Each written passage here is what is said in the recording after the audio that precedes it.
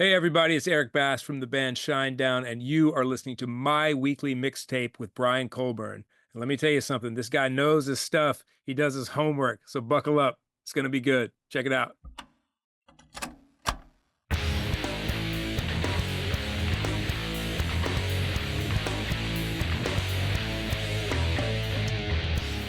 Welcome to My Weekly Mixtape, a podcast that takes the classic mixtape approach to building a modern playlist. I'm your host, Brian Colburn. Tonight, I am so grateful to welcome Eric Bass of Shinedown to the program. Eric, thank you so much for taking the time to join me tonight.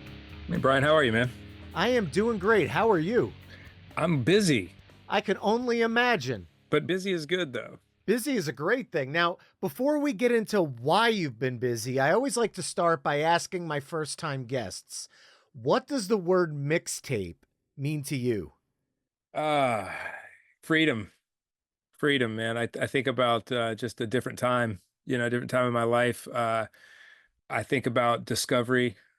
I think about, sitting in front of a radio, listening to Rick Dees or Casey Kasem or somebody like that trying to record songs as they went by on the radio, like just a whole other thing, a whole other time, man, of sharing music with people, like there was something magical about your friend handing you a tape and just saying, listen to this. And you would because you didn't have anything else going on. It was like there wasn't music flying at you from 10,000 different places. It was like that mixtape got your whole attention. I'm sitting here right now because a buddy of mine handed me a long play tape with Back in Black on one side and Van Halen 5150 on the other side. And that was like one of I mean, I'd heard other rock music before that, but I'd had other mixtapes and stuff, but like that tape for some reason, man. I know it's not really a mixtape, but it's sort of a mixtape. Oh, mixtapes came in all shapes and sizes and colors. Long play mixtape, but I mean, but I digested those things because I didn't have any other choice. You hung on to those tapes like they were a diamond ring, and they were. It's like, where's my tape with this on it and that? I remember distinctly running into my sister's rooms and asking them about certain tapes, like where's my pink tape with this thing on it? My Memorex with it says this on it, and they would have it or they wouldn't know where it was, and they'd be in a panic because you couldn't find your music. That is awesome. Well, tonight we are here to talk about your debut solo album, I Had a Name, for an album dive episode of My Weekly Mixtape. But before we get into the album, I'd like to talk a little bit about how we got here. Hmm. As you joined Shinedown in 2008 around the Sound of Madness cycle, and from there you started taking on a role of writing and then producing with the band, starting on 2010's Diamond Eyes and then continuing through several of my personal favorite Shinedown songs such as Unity, I'll Follow You, and Cut the Cord. Can you talk about the transition from joining Shinedown to becoming a songwriter within the group and how they embraced your contributions from the jump? Hmm. Well, interesting. I'll give you a little backstory on that. I was a record producer, studio rat around the time that I joined Shinedown. I'd come into that role of loving the recording studio. It was something that was always ingrained in me, but I'd been producing and engineering my own stuff, very self-taught, probably for 5, 6, 7 years prior to joining Shinedown. But through that process of writing and producing other artists, a lot of upstart artists, a lot of young bands. I didn't really like working with established bands. I still don't like working with established bands. I'd much rather work with a band who's hungry, who's trying to break out than a band who's already doing it. But through that process, I met a gentleman named Steve-O Robertson, and he was VP of A&R at Atlantic Records, and he had signed Shinedown. And he called me one day and he said, "Hey, have you ever heard of this band Shinedown?" And I said, "No, I have not heard of this band Shinedown." Not because I hadn't heard of the band, because a lot of people had. I was buried in a recording studio. I didn't hear a lot. I actually didn't hear a lot of new music at the time, whether on purpose or just as a result of doing what I do. But he said, "Oh, well, they did that cover of Simple Man." I was like, "Oh yeah, I've heard that." And then he mentioned Save Me, and I was like, "Oh, I've heard that song too." So I knew who the band was. And he said, "Well, hey, Brent, the singer, is writing for their next record, and would love to send him to write with you and record some demos and whatnot." So Brent came to Charleston at some point in 2007. That's when I first met him, early 2007. And I rolled up to get him at his hotel. This dude comes rolling out of the hotel, pink hair, the whole nine.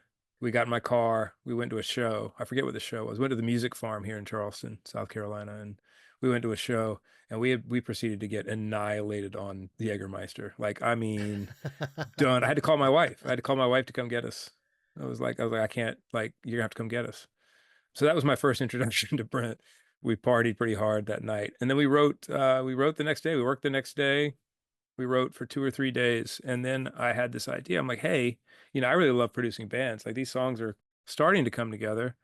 What do you think about bringing the band in, and like let's like record these songs properly? Like, I didn't do like finger drums like in the box drums and stuff back then. Like, I worked with bands. That's so like, what do you think about bringing the band in? I was like, he's like, well, I can have the drummer here probably tomorrow, the next day, and the guitar player after that. Or we don't have a bass player right now. Our bass player's left the band, and I was like, that'll work. So Barry came to town. I met Barry. He and I hit it off instantaneously. So Brent and Barry and I were very not close, but we really gelled together very quickly. I think and fast forward this many years, I know exactly why. We all very kind of similar moral backgrounds and whatever else. But Jason Todd, who was the guitar player in the band at the time, the original guitar player in the band, showed up 2 days after Barry. Barry had recorded some drums, I think, already at that point. And as soon as Jason showed up, man, everything went out the window, went to shit. He and Brent had a pretty codependent, toxic drug habit relationship with each other. And so as soon as Jason showed up, the drugs started, and then just nothing happened after that. Oh, wow. Like, the whole thing shut down. The whole thing went out the window, the whole writing session. And so we left, they left without, we didn't complete anything. We didn't really complete song. We had the songs were like working, but like we never completed them. And interestingly enough, Brent left right from me. He went and worked with Rick Beato, and Rick had produced some songs on Leave a Whisper, the first Shinedown record. And interestingly enough, before Brent came to work with me, actually, I called Rick. Rick and I were managed by the same person, and we were friends. And I wouldn't say colleagues or anything, but we were definitely friends. And so I called Rick and was like, this is pre-YouTube Rick Beato. But great producer, man. Great producer. Obviously a super talented guy. I mean, everybody sees I was gonna say, I love his videos, man. Genius individual. Genius gets thrown around a lot in our business, but he absolutely is. I don't know if he would accept that or not, but he's just highly intelligent on many different levels, but extremely intelligent musically. Anyway, I called him. I was like, hey, man, tell me about this Brent Smith character. And he kind of told me, he's like, he's super intense, and he kind of gave me some kind of a heads up about Brent. Just nothing bad, just that he was intense and kind of how he worked best. But anyway, so that whole thing fell apart and they left. But Steve-O Robertson hit me up after that. And he was like, well, man, we didn't get anything. And I kind of told him why. He goes, well, hey, they're looking for a bass player. I know you play. And I was like, well, I play studio bass. I really was traditionally a guitar player, but I play bass a lot in the studio. He's like, hey, what do you think about maybe coming and they like you a lot, maybe joining the band? And I'm like, man, after seeing that dysfunction, I was like, I built this recording studio. My wife and I have a lot invested in this. I've got this whole career. I can't see leaving it for that. And it was, it sucked. I mean, it's kind of like this, like I had to make an adult decision about it at that point. Hate it when that happens. Well, fast forward to early 2008, or was it late? It was late 2007. I get another call from Steve, and he's like, hey, man, look, that guitar player that was there, Jason, and Jason's a fine person. This is not me casting any sort of, I have no opinions one way or the other, but Jason's not in the band anymore. And Brent's really trying to clean up. We've got a new guitar player named Zach, and they would love it if you would come, audition for the band. And I don't know, man. I don't know what it was in that moment. It's the fact that I was being asked twice by someone I respect a lot. I respect Steve-O Robertson an awful lot, and I still do, even after all these years. He's no longer with Atlantic, but he's just one of my close favorite people in the business. But maybe it's the fact he was asking me twice, and I said, okay, send me the song. So he said, well, learn this song and this song, and they sent me, I think, Second Chance and Sound of Madness and Devour, I think, were the 3 new songs they sent. And then I went down to Orlando and played my audition, and then that night, got offered the job. And again, man, we were all just getting along so well. It's like it's one thing to play music with people, it's another thing to just feel like I know these people already. And interestingly enough, there's a picture of that very afternoon. The guy next door in the warehouse space next door wanted a picture with the band for some reason. And I hadn't even been offered the position or whatever, at the time. And they're like, you want a picture with the band? I kind of stood at the side, and Brent's like, come on in, man. So like, I'm already taking pictures with the band at that point. But there's a picture from that day, which is of the four of us, which is interesting. So again, I guess that's just my way of saying, our relationship started in the studio. Our relationship started in producing and writing. Now, as far as getting the trust of everybody, I mean, look, I got dropped into one of the most insane records in rock history, first of all, that I would love to take credit for, but I had nothing to do with. Chris Chaney played bass on the record. Not a slouch. No, not at all. So Diamond Eyes happened because Sylvester Stallone called the band and he said, "Hey, I'm looking for a band to write a song for this movie I had that I'm making called The Expendables. And here's a little bit about it. Here's what I want it to be." And he sent over this poem, and I forget the name of the poem, but the beats at the end of every verse would say boom, lay, boom, lay, boom. And he's like, the only thing I want in the song is boom, lay, boom, lay, boom. That's how the boom, lay, boom thing happened in Diamond Eyes. It wasn't us, it was Sylvester Stallone. His Wow. idea. He wanted that from that poem. That poem ties into the movie. So I just took it. I was like, challenge accepted. Like I didn't even ask any questions. I was like, we're gonna write this song. This is gonna happen, And so we're on tour, and I recorded this music, demo music on tour, and then Brent took the demo music to his hotel room, wrote a couple things. He and I got up together. We wrote. Well, Zach came up with a guitar lick, by the way. Let me specify that. Zach came up with a guitar lick on stage at a sound check. That boom, wow, da da da, wow, boom, wow. That Zach came up with that. I took all that stuff, put it into a demo form. Brent took the music, wrote the lyrics. We had them figured out. I took the band back to Charleston on a break. We recorded all the music at my studio, and then Brent couldn't make it for that session, so we were back out on tour. We actually went to Johnny K, the producer Johnny K, who's produced Disturbed and Seven Dust and I think Chevelle and a bunch of other people. We were in Chicago. We went to his studio and he produced the vocal. He recorded the vocals for that.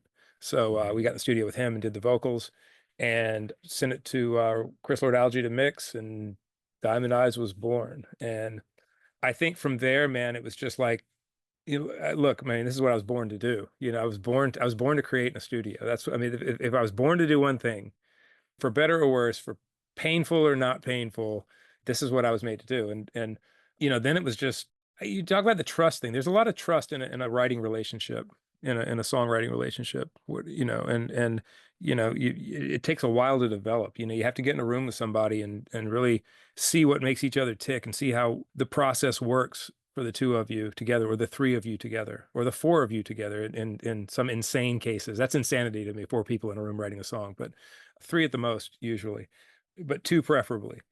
But Brent and I had to get in a room and sort of figure that stuff out. And so when it came time to start writing for Amaryllis, I had a lot to learn about songwriting.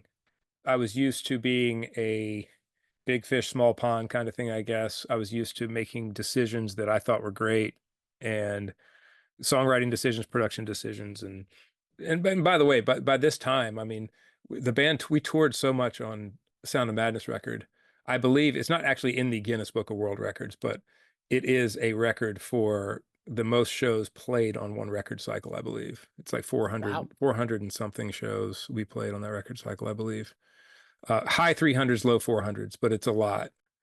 And so by this time we were all super close. I mean, there's no way we didn't know each other by this point. But knowing each other in that way, even though we'd done Diamond Eyes, it was like, okay, was that a fluke? This number one song that had this slow burn at radio, and it went on the extended edition of re-released edition of the Sound of Madness record is what Yep. that's Yep. on. So I got in a room with Brent and Dave Bassett first, and we wrote some together, and that went well. And then Brent and I wrote two or three songs with just the two of us.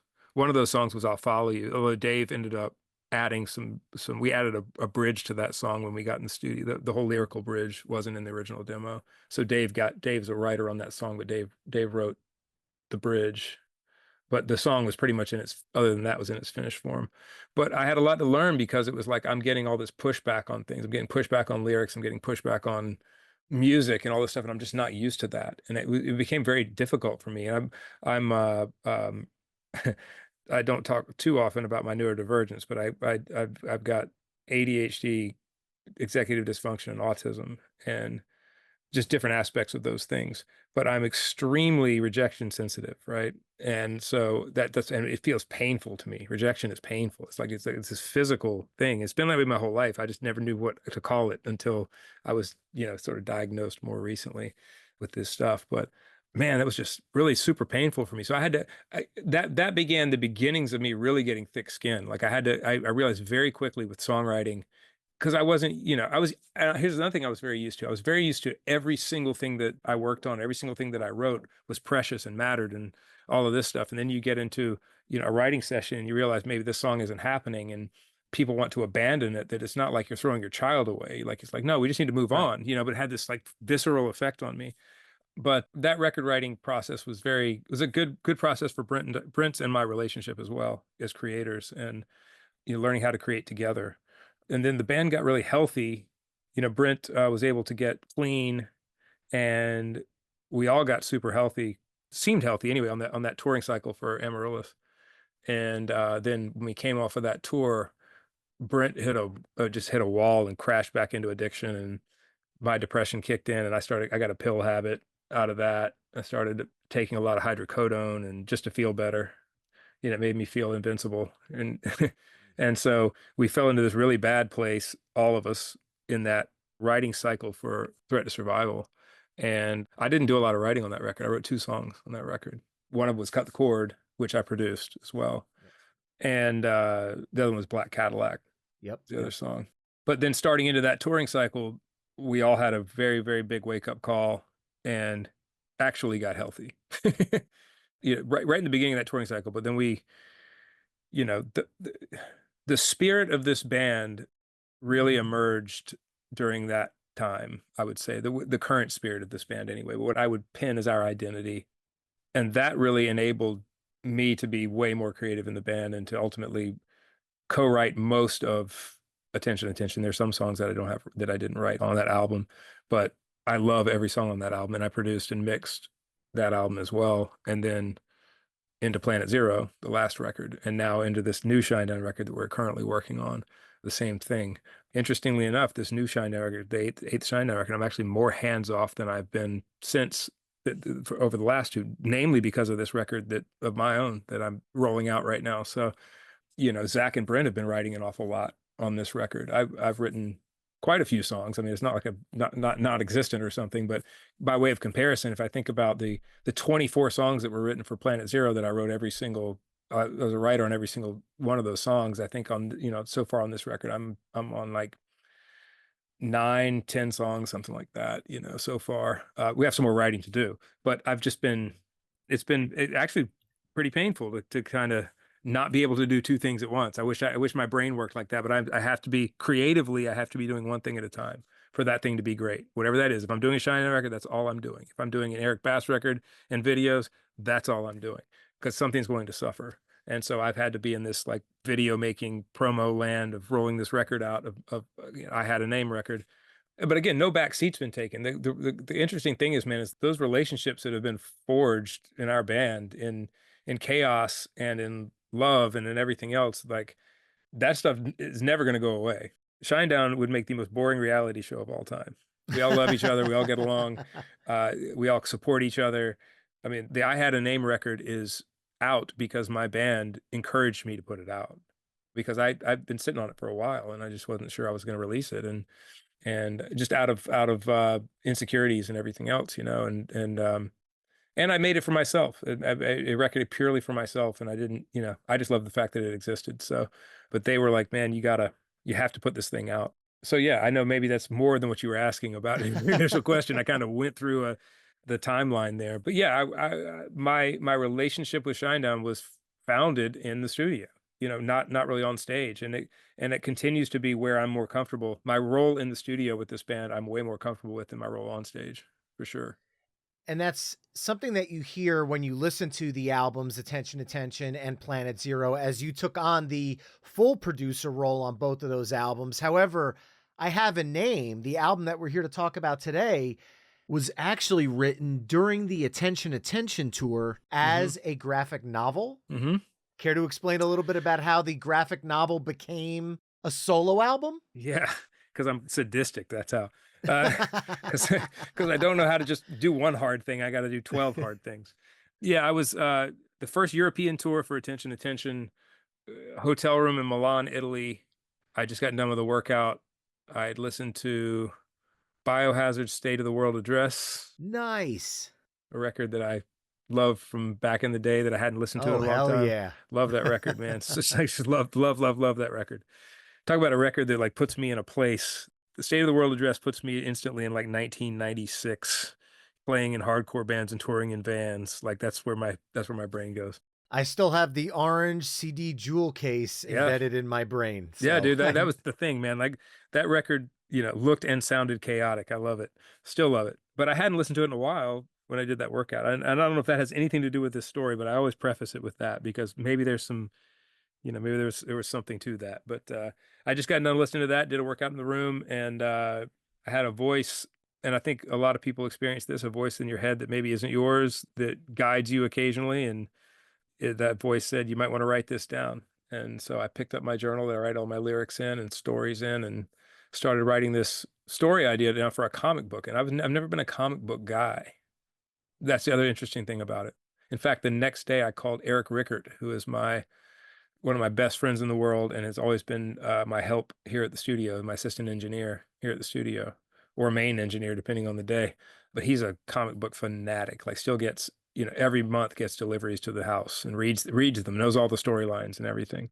And I was like, I just started grilling him about comics because I graphic novels. I was like, what do I need to read graphic novel wise? Because like for some reason, I was told to write this idea down that I'm supposed to make this graphic novel. I know that sounds woo-woo to people who don't understand it, but anybody who's ever had, something from beyond tell them something, that's just what it was. It was like, okay, I'm supposed to do this thing.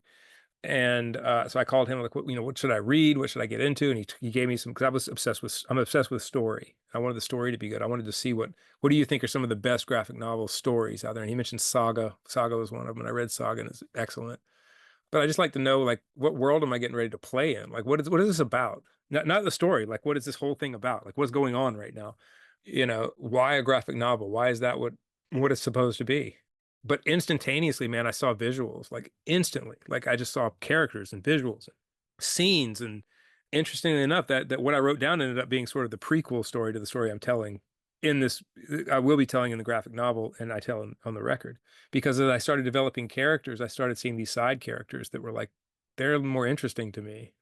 And I picked those characters up. That's why it took a long time, because I started working on this kind of first part of the story. And then these other two characters in particular just raised their hand and were like, we're super interesting. And so then I kind of started from scratch with them and started writing this graphic novel. And it's well on its way. I mean, Act 1 is completely written. Act 2 and 3 are there, just not finished. And then somewhere along the way with that, I had these pieces of music that I was toying around with just on tour on that attention cycle. And I remember going to Brent and I said, hey man, are you in any headspace to start working on a new Shinedown record? And he said, absolutely not, because he does not like to write on tour. But I had to ask him. Well, I've got these pieces of music that they're pretty different. They would either make the most different Shinedown record of all time, or I need to use them for this thing. I've got an idea for them. And he's, he's like, go do your thing. He's like, I won't be ready to write for another, year. So that's kind of where the genesis of the record started. And I started writing these lyrics about these characters and these stories about these characters in song form. And what the record is, what I had a name is it's chronological in nature. I mean, it's going from the beginning of the story to the end of the story, but it's just scenes from. It's not really telling you exactly what's happening. Is I was pulling out. It's the same thing I do when I'm writing other songs. Like if I have something in my head, a scene that I feel like is interesting, something I saw or experienced that I want to write about, that's what I do. And so I just did the same thing with these fictitious stories and characters. And I found it very, very easy to write, lyrically, very easy to write. All of these songs were very easy to write. And I mean, I'm not saying there weren't moments of like you have with every song or every, where you have to sit and kind of figure out, like, I need an I rhyme and I can't figure out what it is. And maybe the I rhyme isn't there. So you have to change the word before it to an E rhyme so you can say the E word here, that kind of Mhm. stuff. I'm not talking about that sort of logistical part of songwriting. I'm talking about just everything pouring out was happening very naturally. And at some point I was listening back to one of the songs, a song called Goodnight Goodnight. It's the fifth track on the record. and it's very personal to me. It's probably one of the more personal songs on the record. And I realized, you ever have one of those moments where you have a shocking thought or a shocking revelation about something, and you get ice through your veins, Mm-hmm. Mm-hmm. that shocking thing. And I had that happen. I was like, oh my God, I've written the most autobiographical record of my career, or I am writing the most autobiographical record of my career through these characters. Like, you're not just talking about these characters, you're talking about yourself. Like, every single one of these songs is from you, from your childhood, from your current life, from your depression, from whatever. And what that really did for me is that enriched the record, because it made, now I just didn't have characters anymore. I had characters that were representative of pieces of me and pieces of, and I realized that in a lot of cases when writers are writing, they're doing that. Everything that you make is a piece of you, but this was more, a lot more literal. Like, where I could look at a character like Devarin, who is the dictator who has taken over this world. He's the main character in the Mind Control song and video, first single. Mm-hmm. And he represents all of the chaos and depression and everything that crept in and took over my brain. If you take this world that we're living in as my brain, then he's the thing that came in and took over. There's another character named Jeff, and Jeff is this ancient Titan protector. He's one of the former protectors of this world. He's actually the main character in the prequel stories. He was my first character, my first Genesis character that I had for this. And he was called what's called a Dark Eater, and the Dark Eaters ate all of the darkness in this world. And here you go. I'm writing this story not even thinking about depression at all, but here I am writing this whole thing about it. Even that far back, these Titans called Dark Eaters, and they would consume all of the darkness of this world and filter it out. And Devarin came along and killed all of the Dark Eaters, at least he thought. That Jeff is the one that's left. And Jeff represents that former protection that you used to have, like in childhood. Like, it's at some point I was a blissfully ignorant, happy child, and didn't deal with these thoughts, and I didn't ruminate on my mental state so much, and at some point that thing came in and took it over, and so I have a character named Azalia, and Azalia, she basically fights against the fact that she's supposed to be this religious figure, and she's supposed to be this spiritual religious figure, but she's taken on the role of this assassin. And so, if I look at her and what I'm writing about with her, it's this journey of faith, and my journey back to faith from not having it to rediscovering it. And so there's all this depth to this record that again, it was kind of shocking for me to realize what I was writing about. When I'm Mm-hmm. writing in the song Azalea, and I'm singing in the bridge of this song, it gets quiet, and I'm supposed to be her, maybe her conscience or something, talking to her, singing to her. And I'm just telling her not to give up. You can't give up. You gotta, like, even when, not till there's no more breath in your lungs, when all is lost, even past all is lost, until there's no other option left, you don't give up. And, you realize that, like, that's that thing in my brain that keeps me going too. And so it's just been, starting with this graphic novel idea into this record, then having that realization made the writing of the rest of the graphic novel. Not that, and again, nowhere in this graphic novel or in this record does it talk about depression, or does it talk about darkness, or rather internal darkness or neurodivergence or any of these things. They're representative of those things, unintentionally representative of those things. But what it did was, when I went back into the book writing and into the graphic novel writing, it just gave me so much more insight into the characters, and it made the writing of the story so much more rich and enriching for me as well. Well, you've always been open about your struggles with depression, and it's come out through the band's music. And it's something that I personally admire of you as well as the band, because there are songs like Get Up or A Symptom of Being Human. These are songs that speak to me. I'm someone who myself has been dealing with anxiety and battling that monster for years and maybe decades. Hmm. And songs like that I use for strength and comfort when I get in my head. They bring me balance and they keep me grounded, because sometimes with my struggles, I feel like I'm alone on an island. And these are songs that when I hear lyrics like that, they speak to me as a fan. And I know that, you know what, we don't know each other personally, but through this song, I know I'm not alone. Mm. And from the first lyrics in a World Unseen, you announce, In here, we're all a little bent, we're all a little twisted, and we're all a little broken. Right from the jump in this situation, I feel like even though you're saying that the album's not about mental health, it spoke to me that way. And when I Mm. listened to the album, I actually felt that presence in these songs. Was that something that you were looking to achieve with that? No, that's why I'm so astonished that when I said I had that moment of like realization where it shocked me was that when I wrote those lyrics, in here we're all a little bent, we're all twisted, we're all a little broken. Or when I'm inviting people in a world unseen, welcome to a world unseen, where I'm told the sky moves under me, like it's upside down, a place where reason has no sound, and I swear that God's gone underground. I was writing about this world, right? All of those lyrics were written prior to that realization. And then I'm listening to Goodnight Goodnight. And what Goodnight Goodnight is about leaving that child that you were, that because I don't long to be a child again, but I'm enamored that I had this moment of in my life when depression wasn't a part of it.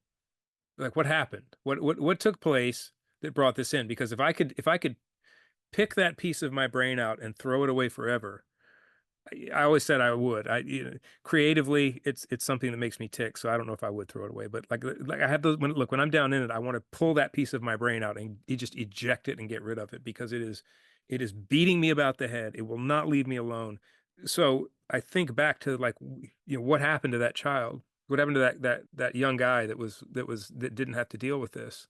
And so Good Night, in essence, again, this was the realization as I'm writing about this characters.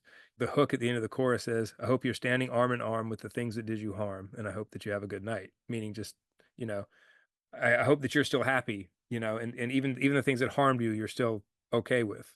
But then realizing that, like, no, I'm talking about myself. So having that realization after the fact of like, no, I didn't intend to write that down as meaning in here we're all a little bent, we're all twisted, we're all a little broken. But now I can't hear it any other way. I still see the characters. It's still about the characters. It's still about the story. But realizing that this world that I've created that these characters live on, this world called PAR, P-A-R, is, and look, I wish I could come up with better names, but sometimes when the universe speaks to you and says, your world is called PAR, you just go with it. But that is my brain at the end of the day. Like I'm writing about this world that is my brain and my soul and my heart. And it's not just brain. It's way more than that.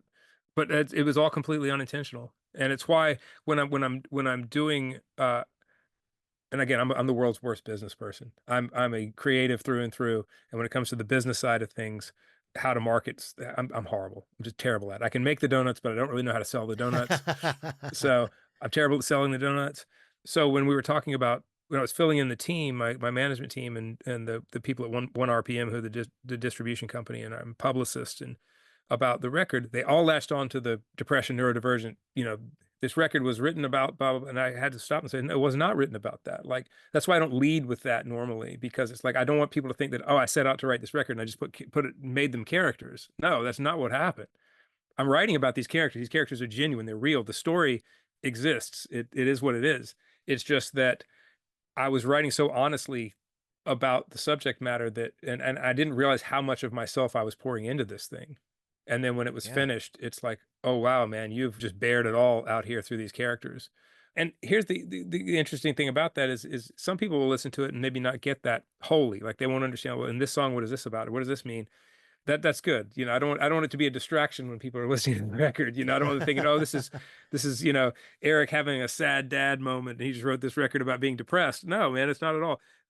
Ultimately the story, this record and this book are just the first of four books that are going to be written and told. I don't know if I'll do a record for every single one, but ultimately at the end of that story, there's triumph down the road. But you got to start somewhere, and right now we're in you got to start in the darkness to get to the light.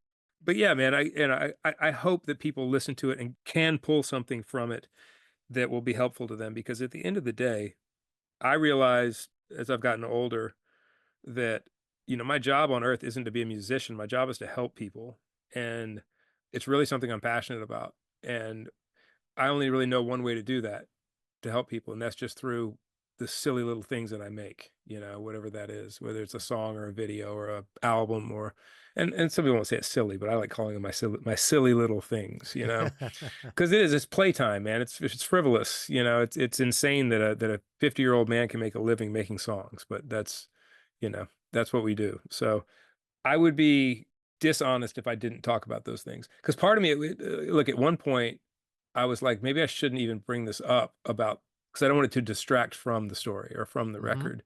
But I realize how important these things are. And there's not enough hope in the world. There's a lot of hope, but there's not enough of it. And so if someone can listen to a song like A World Unseen or All Good Children or Goodnight Goodnight or Can't Go Home, if they can listen to those things and pull something, Mind Control, if they can pull something out of it that helps them with what they're going through, then that's what matters. And so that's why I thought that it was probably pretty important to talk about, maybe not to lead with it, but to talk about it for sure.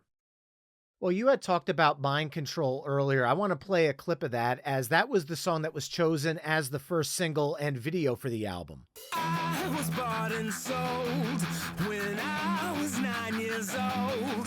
They beat me like a drum. They beat me like a drum. Brain sick, raving mad.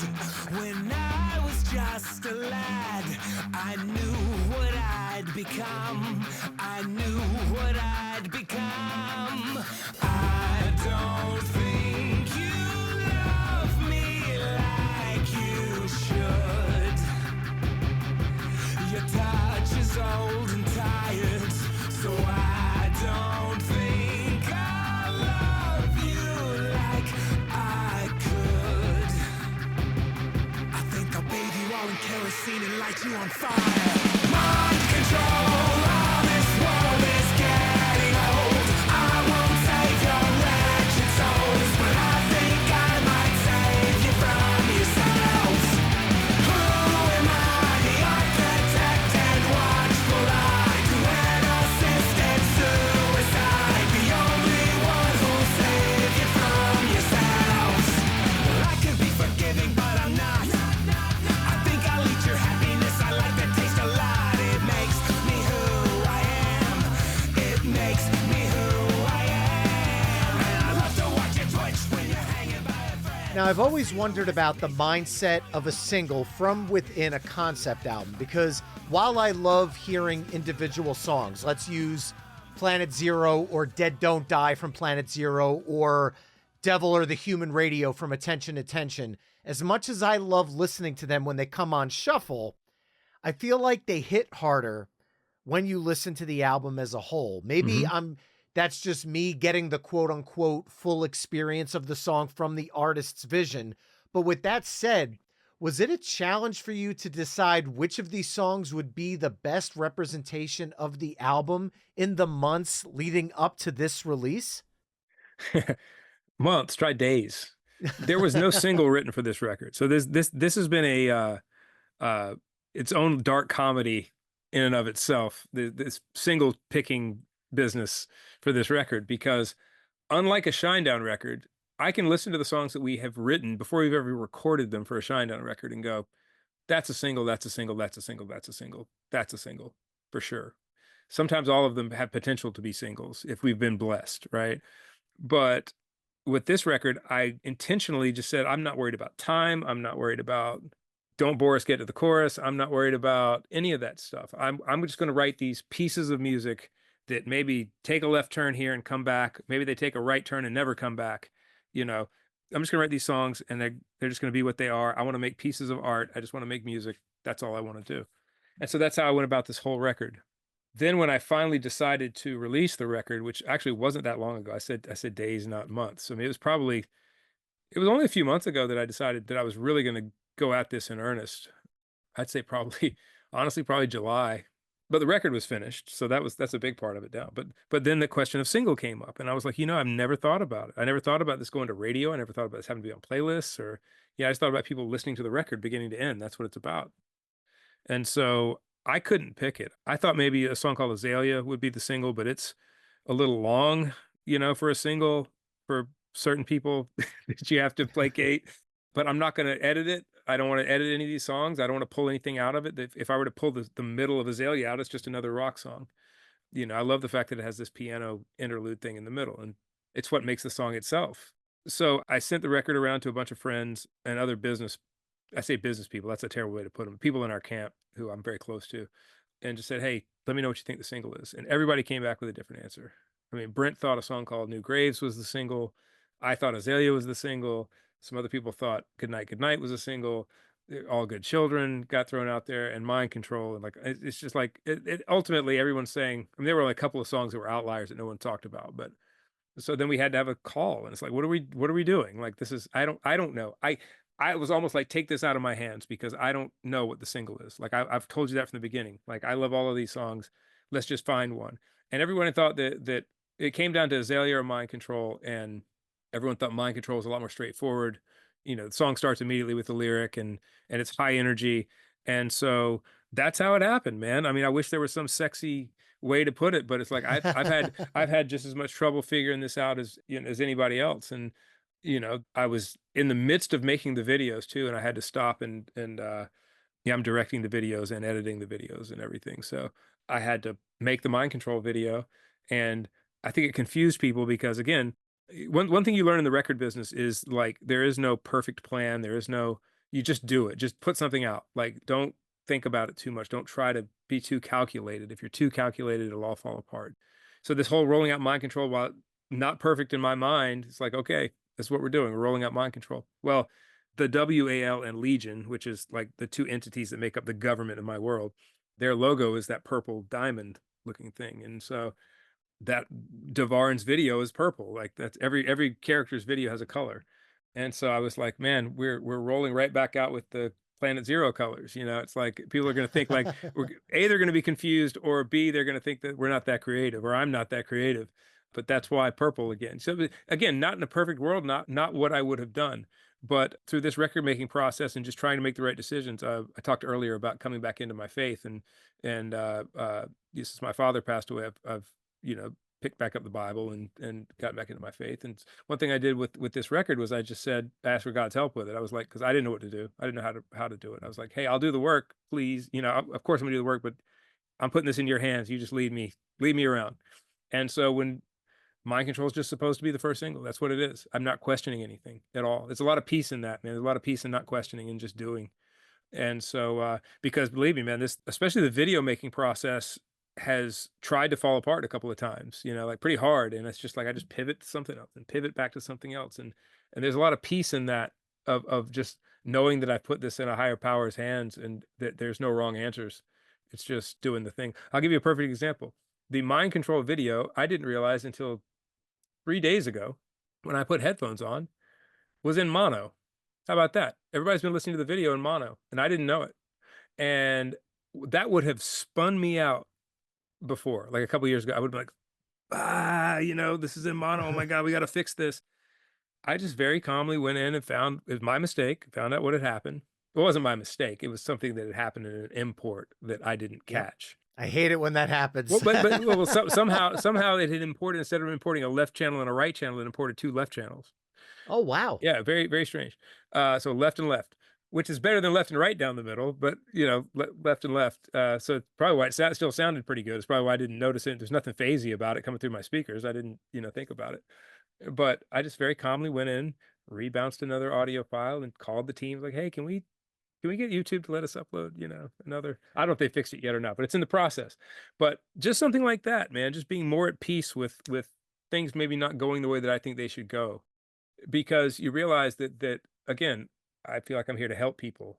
And so whatever I have to do to make that happen, there is no fire to get to. There's no reason to get angry about things like that. I mean, I get frustrated, of course, I'm a human, but I'm not a monk, but Right. but it's been very calming to kind of release a record this way and just sort of not have to have all of this gravity around it. Like, that's what tends to happen when you're releasing records and big projects, is there's all this gravity and seriousness to it. And it's like, I'm very serious about this. I spent a lot of time and a lot of effort on it, spent a lot of money, to put this thing out, but it doesn't feel like that. It feels like it's just, this is what it's supposed to be. It's very calming. It's almost off-putting for me in a way, like personally, to feel this way, because it's like, this isn't how it's supposed to be. It's supposed to be chaotic, and it just hasn't been that. But that sort of calming stuff started with the single. It was like, yeah, man, there is no wrong answer. Like, cool. Mind Control is the single. I wish I had a sexy answer where I was like, I knew from the beginning that was the single. No, man, I didn't know from the beginning. I'm still not sure. I don't even know if it's the best song on the record, but it's there. I happen to love the album. I have a favorite on the album. If I could Right. throw it out there Sure. and play a clip from that, it's actually, I'll say, one of my favorites on the album, because there's a couple that are kind of vying for that top spot, but you talked about it before. Let's play a clip from Azalia. Get your guns and save your last breath for the ones with no choice, no freedom, no shelter, no voice. And you might be wise, so young and starry-eyed, you might get away with murder if you move. Dear Azalia, what did you do? He left me alone, so I left him for dead. He took out my future, so I took off his head. The dogs are getting closer, I'm dying on the run. They're demons in the hills, and they're coming. Oh, hey, yeah, the devils are coming down the mountain. Oh, yeah, you can't stay and live to die another day. Oh, hey, yeah, the legions are gathered at your doorstep. Azalia, the demons are here, the wolves are at the gate. Oh, hey, yeah, the devils are coming down the mountain. Girl, you're cold. To me, what stands out about this song is the dynamics in it. There are several different musical tones throughout this 4 minutes and 20-second runtime. The open almost feels like this whimsical, swirling dream sequence. The chorus is fucking pummeling, pardon my language there, but it is. And then you have the melodic bridge you talked about earlier, Yeah. but it all feels perfectly at home together. And I think the reason for that, and this is something I would love to ask you as you're a producer as well as a musician, there's actual dynamics in this song. The loudness wars aren't happening here. When you're quiet with just your voice and a piano, the song is quieter. It's not as loud as when the entire band is playing and it's a heavy, mountainous, thunderous part of the song. There's actual dynamics in the music. As a producer, I'd love to know your thoughts on, is that something that you were looking to do? Because I know in modern rock music, everybody's trying to push towards louder is better because of earbuds. But there are people out there that genuinely care about dynamics and sound. And as a producer, I'd love to know your thoughts on that. Yeah, I mean, it's for me, emotion has always been in the dynamics. Even in a loud song, I want the chorus to be a little louder than the verses. And I wish I say I haven't, I've developed a sense for that stuff over the years, and I've developed a technical way of making it happen in a mix that if anyone is curious about it, if they ever want to ask me, I'm happy to divulge. I don't have any secrets. But it just involves, and I'm sure I'm not, I know I'm not the only person that does this, but it involves working the master fader on the output of a song, when it's like, I want that chorus to move. A great example of that is Black Soul on Attention, Attention. Like the way that chorus hits, that chorus rips your head off when it kicks in. I love that, man. It's just, and Azalia does that too. And I'm glad you could feel that. And I appreciate that. Thank you to Ted Jensen, the legendary Ted Jensen, mastering engineer at Sterling Sound, because he masters all of Shinedown's records and all of my records, and anything I work on, I have him master, because he appreciates that stuff too. And believe me, man, it's something I have to come to terms with when I listen back to a mastered record that I made, which is, this is not going to be as loud as everybody else's record, probably, like comparatively. It's just not. But there's a volume knob there, and if you turn it up 3 clicks, 3 dB, whatever that is, then it will be as loud as everybody else's record, and it'll have dynamics. And so that is a conscious thing I do. I realized that I have to give up some loudness shock value in that. Like everybody wants a loud record, man. I want a loud record. I want a really loud record. I want the loudest record out there. Everybody does. But you can't have it both ways. And so, yeah, man, it's a conscious thing. I definitely make those decisions. I'd much rather, I want something to breathe. I want it to move. I want it to, for me, it just makes the exciting parts more exciting, and that's what I'm after. I'm after that, I want the hair on my arm to stand up And I know when I'm working on a mix when that happens. Like I'm like, that's it. That's the one.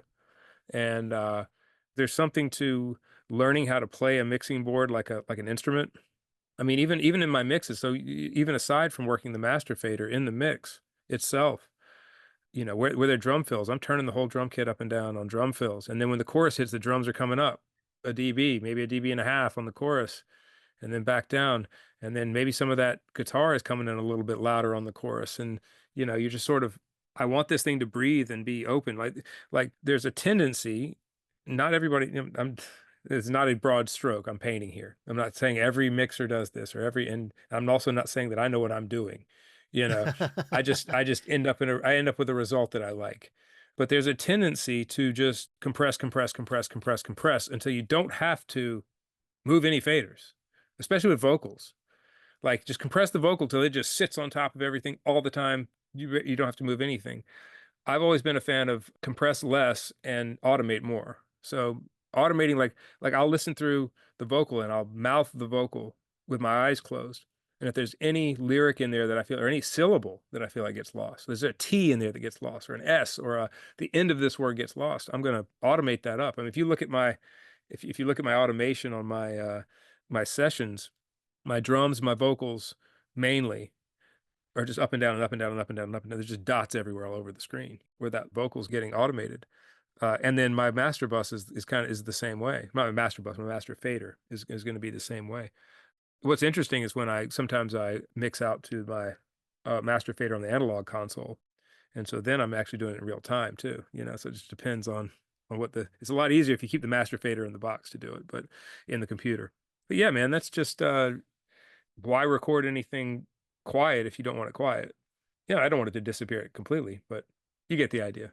Oh, 100%. When I listen to A Symptom of Being Human in the album listen of Planet Zero, that's taking down in a moment on the album. And I think because of how you thought about dynamics is why that song really took off the way it did. I truly feel the music in that song. Obviously, the message is what resonated with so many people, but the music that sits underneath this message is so calming, but then it builds. And the way the drums come in, Barry's not doing some like progressive rock opus.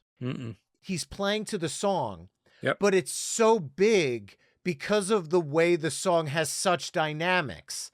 Where in other songs, if it was just a loud overall mix, you'd have to almost play more to try to fight the loudness wars. Yep.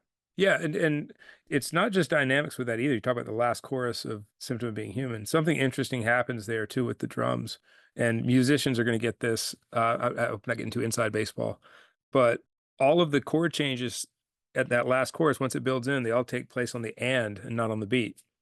So it causes the last chorus to hop and kind of move differently. If we had just left, shout out to Barry Kirsch, if we had left the kick drums just right on the beat, sometimes I'm in a club where I boom, clack, boom, and instead it's doom, when I don't doom, boom, boom, clack, like that.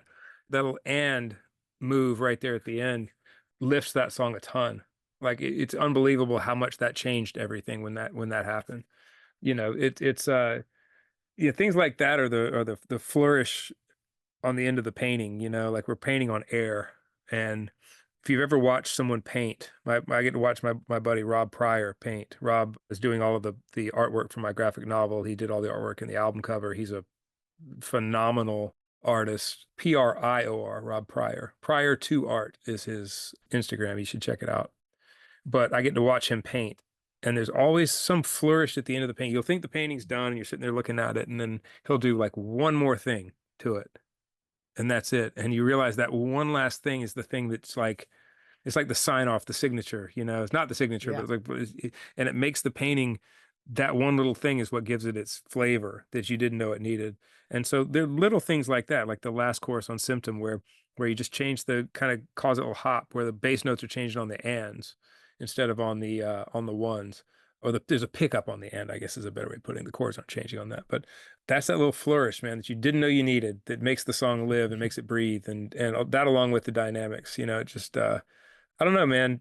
It's funny you say that we're talking about this, because I think about some of the music that I love, and there's other stuff, man, that has no dynamics in it whatsoever that I just absolutely love. You know, sometimes I love being pummeled, you know.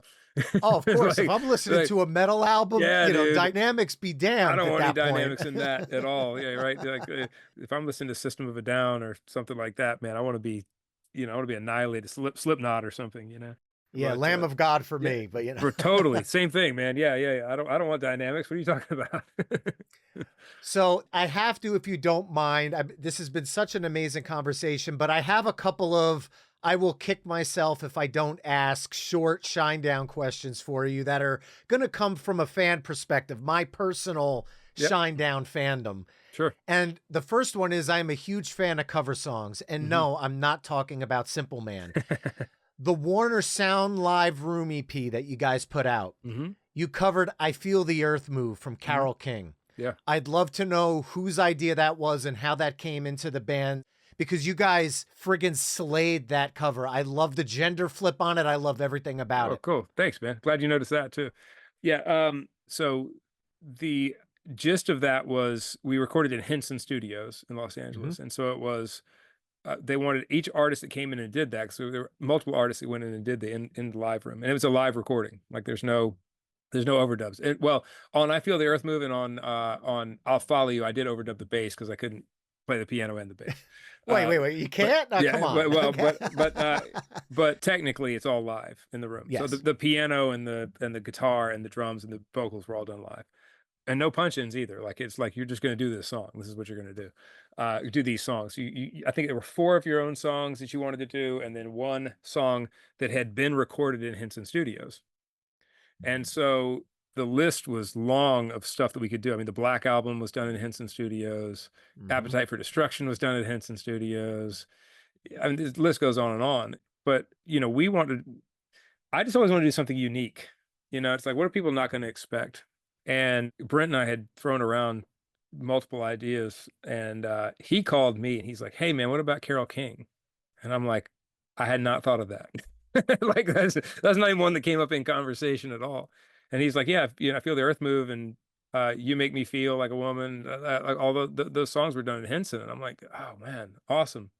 So I got to work on it, man. I was like, let me throw something together, let me throw an arrangement together. And so this we put You Make Me Feel as the bridge to the song, basically, Mhm. so to speak. I had to find a way to get down there, but we threw that hook in there at the end of the guitar solo. But I threw together an arrangement, sent it around to the guys, everybody loved it. And that was the first time we played it together, was in that session. I think, Wow. yeah, we'd all rehearsed it on our own, but we hadn't rehearsed it as a band. We literally, I think we all showed up at Los Angeles the day before that and just went in and did it. The interesting thing about that version, man, is that's the same piano that she recorded that song on. Oh, So if you listen wow. to my intro and her intro, it's obviously the same instrument. Like it's that gives me chills to this day. Is like, because when I hear her version of it, it's like I know that piano, man. That's like, you know. But yeah, man, we just wanted to just do something people didn't expect, I guess. If there's one thing that makes us tick as a band, that's what it is trying to, because a lot of people second guess us a lot, and it's caused us to walk around with a little chip on our shoulder. So just to kind of make the chip bigger, sometimes we want to do things that people don't expect as well. So All right. Second question. Attention album. A New Way to Die was a bonus track that you can only get if mm, you purchased the album at Walmart and you had to download it and it was only an MP3. So, being such a huge fan of this one, I have to ask, and it's a small minor gripe of all the years I've been a Shinedown fan.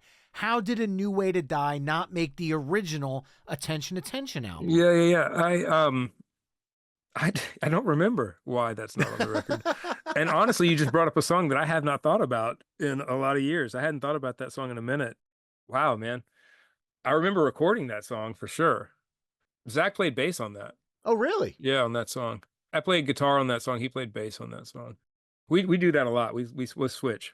If you write the riff in Shinedown, you generally going to play the song on the record. Like there's no or a song like Dead Don't Die. The intro is Zach. The intro and verses is Zach because he wrote that. And then it gets to the chorus, and I wrote the chorus riff, so I played the choruses on that song. And so there's a lot of like flip flop switching around, you know, kind of stuff that happens on our records like that. Zach Oh, played wow. bass on A New Way to Die. I don't. I don't know. I don't have an answer for you. I don't know why that's not on the record. Here's the thing. Obviously, at the end of the day, we decided the word committee sounds awful. Everything happens by committee, meaning the 4 band members decide, like, what do we think the record is?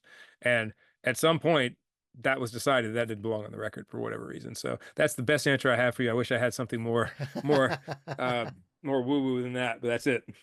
Okay, so then for this third question, I wouldn't be doing my part as a podcaster if I didn't ask if there was any dirt that you'd be willing to share on Shinedown 8 with the My Weekly Mixtape listeners. Ooh, dirt about it. Trying to think of dirt at this point. Man, I don't know why this is the first thing that popped in my head, and I apologize if this is not what you're looking for. The first set of songs that we wrote for the record, it was me, Brent, and Dave Bassett wrote. I was not well. I was not mentally well the whole time. And there's a song called The Killing Fields, which is a song that I love very much. Dance Kids Dance is another one that we wrote.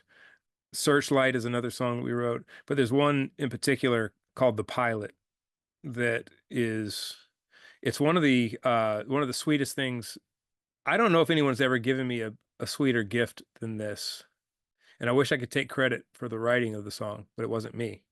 There's a song called The Pilot that's going to be on the record that I had a moment, man, where I just like kind of unloaded and vented to Dave and to Brent, because we're all great friends. And it was just one of those things about how, like, man, I'm not in a good place, and I don't know what's happening with my brain, and you know, not sure I want to be here, and all of that stuff, and it helps to talk about those things with people. I encourage everyone to Yes. talk about those things. Like, even the Yes. stuff you don't want to say, like when I say I don't want to be here, like that's a heavy, heavy, heavy, heavy, heavy, heavy thing to say.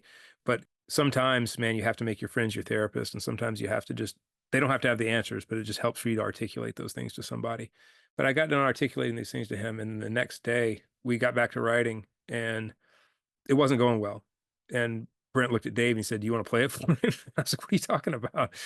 And evidently Brent had gone by Dave's hotel room that night after we got finished, and Dave was working on this song, and he played it for Brent. And Brent's like, "Man, you got to play that for Eric." And Dave's like, "I don't know, man." He's like, "That's super personal. Like, I don't know."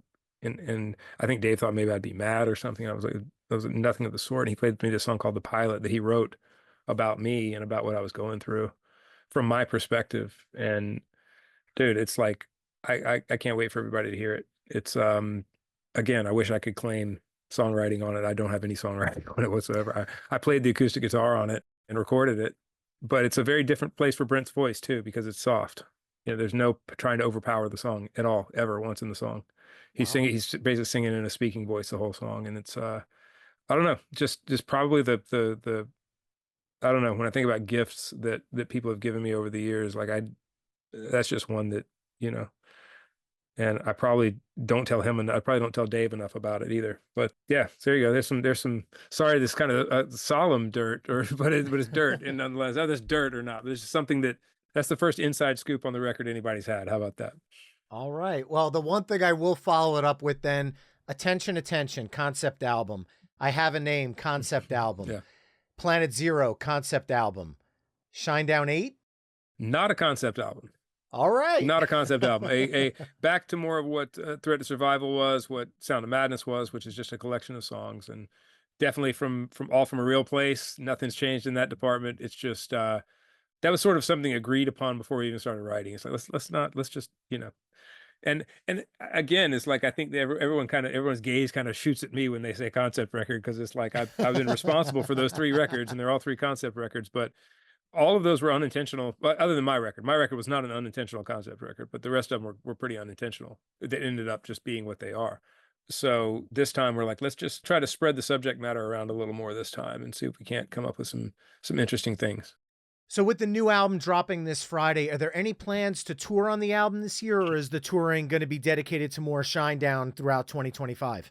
Yeah, the beautiful thing about all of this is that I'm in a band that's really successful, man, and I'm so blessed. And our entire universe as individuals revolves around that. And so I have to get the Shinedown record made, and then once the Shinedown record's made, I probably need to take a quick breath before the touring starts. But look, so no immediate plans for touring. But if I had a crystal ball, I had to look forward. When the graphic novel comes out next year, that will probably be around November, December, if I have my way. If nothing's on the books for Shinedown at that point, possibly, it might be a possible time to do something.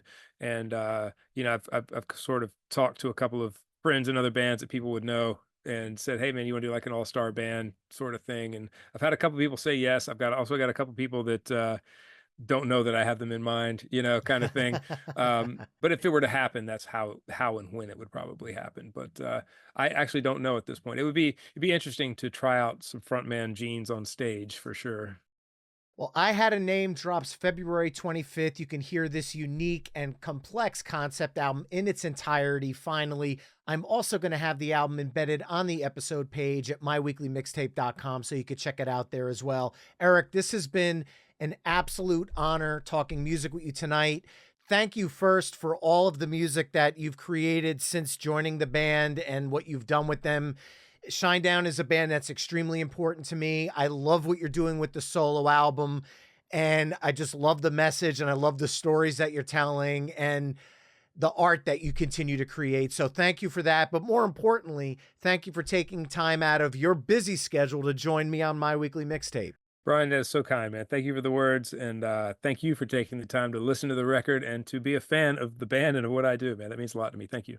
And to those listening, you can find My Weekly Mixtape on almost all the social media haunts at My Weekly Mixtape. You can also head to myweeklymixtape.com to check out the full catalog of My Weekly Mixtape episodes. And if you like what you're hearing on the show, you can help me out by either telling a friend, leaving the show a 5-star review wherever you're tuning in, or becoming a Patreon mixtaper at patreon.com/My Weekly Mixtape.